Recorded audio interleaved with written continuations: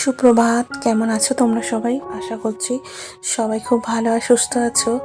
উত্তরার নতুন একটা ভিডিওতে তোমাদের সবাইকে স্বাগত জানাই। আমি উত্তরা, গুজরাট সুরাত থেকে তোমাদেরকে অনেক অনেক স্বাগত জানাই আমার ভিডিওতে। প্রত্যেক দিন তোমরা দেখো আর্লি মর্নিং রুটিনটা আমি কিন্তু শেয়ার করতে পারি না, কারণ অনুষ্কা স্কুল থাকে, তখন তাড়াতাড়ি থাকে, তাই আমি একেবারেই ভিডিও অন করি না। তো আজকে সকালবেলা দেখো, একদম ভোরবেলার কথা বলছি, এখন উঠেছি আর রান্না বান্না করতে আর কি। সকালে তোমরা তো জানোই, তোমাদের দাদাভাই রোজ অফিসে মানে 8:30টার মধ্যে চলে যায়, ততক্ষণে আমার রান্না করতে ফেলতে হয়। তো দেখো আজকে কিন্তু আমি রান্না করার জন্য আগের দিন সবজিটা কেটে রেখেছিলাম। এখন যেহেতু বিউলির ডাল করব, তো তাই জন্য দেখো বিউলির ডালটা ভিজিয়ে রেখে দিলাম।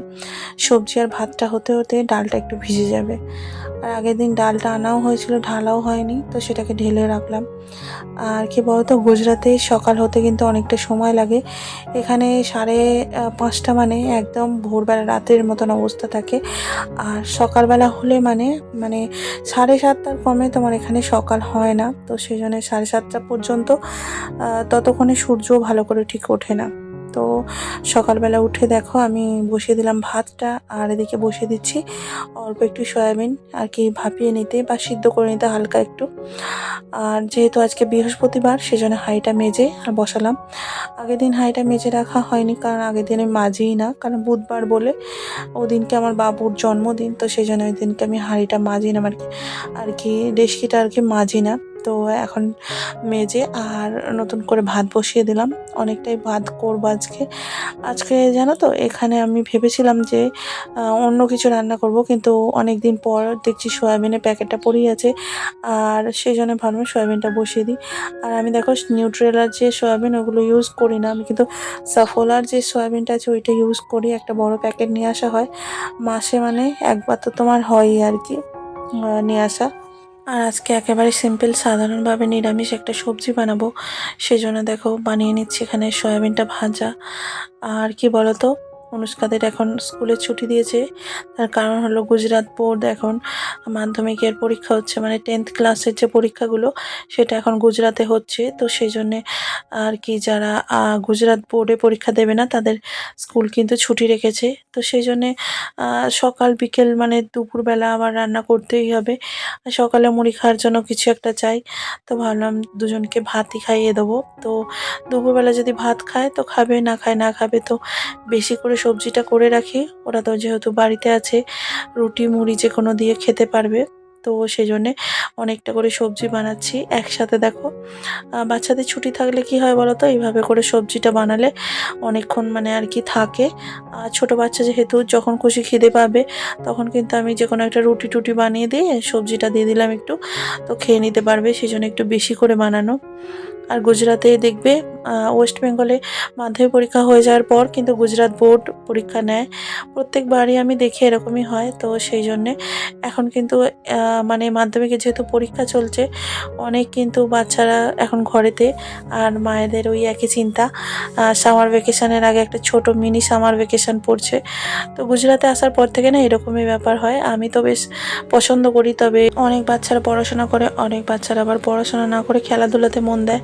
যেমন আমার দুজন আছে, সেই জন্যে দুজনকে একই জায়গায় পড়তে বসালে দুজনে একসাথে এটা ওটা কথা বলবে আর পড়াশোনা বন্ধ করে দেবে। তো সেই জন্যে কী করা যায়, একজনকে এই ঘরে একজনকে ওই ঘরে এরকম করে বসাতে হয়, আর আমাকে এদিক ওদিক করতে হয়।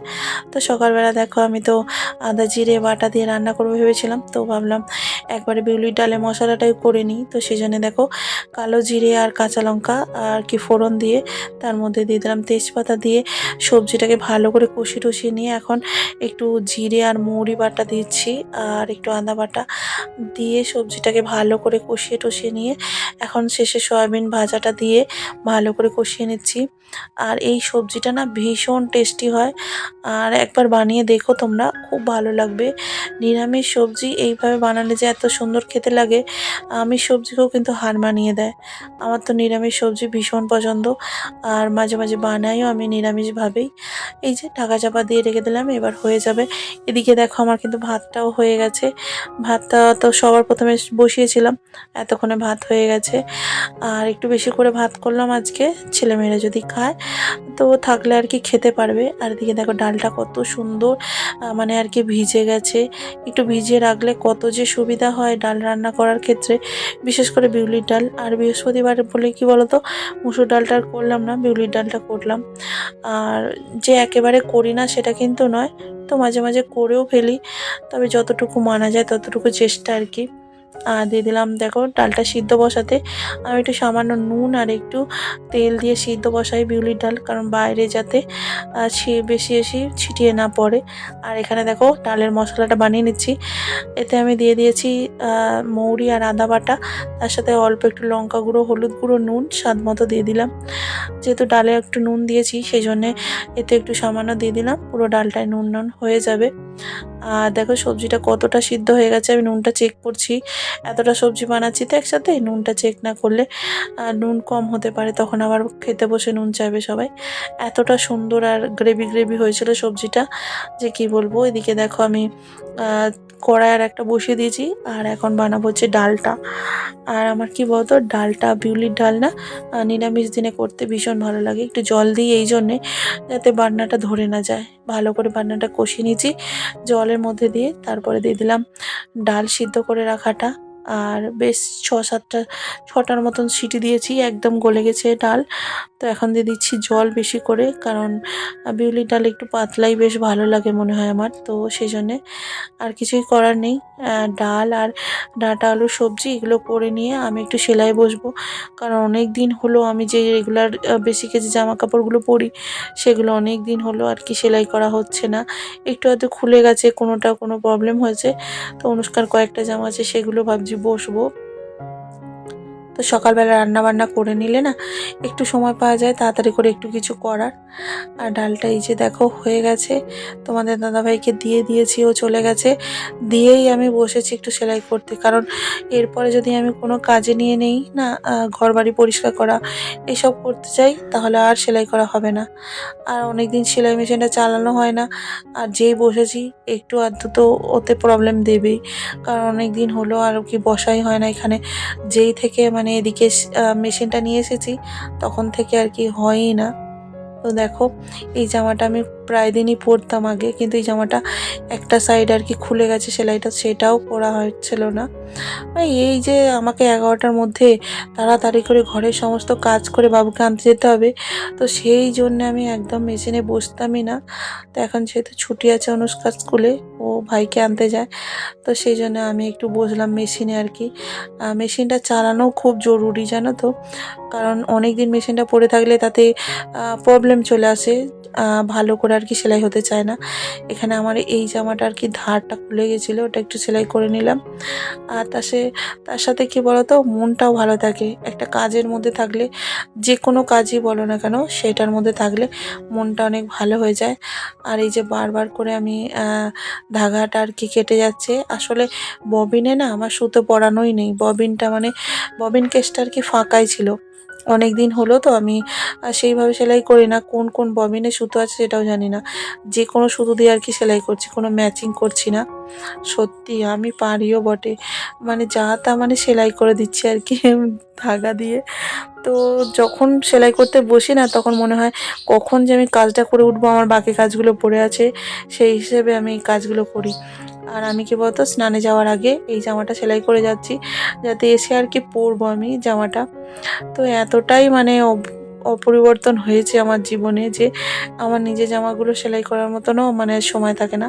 আর এই জামাটা তো তোমাদেরকে শর্ট ভিডিওতে বলেইছি, এই জামাটা আমি মিশো থেকে কিনেছিলাম। আর সেখানে কি বলতো, এমন একটা বড় বড় করে সেলাই দেওয়া থাকে, তো সেখানে সেই সেলাইটা বেশিক্ষণ থাকে না, শুধু খুলে খুলে যায়। তো এই জামাটার ক্ষেত্রেও সেরকমই হয়েছে।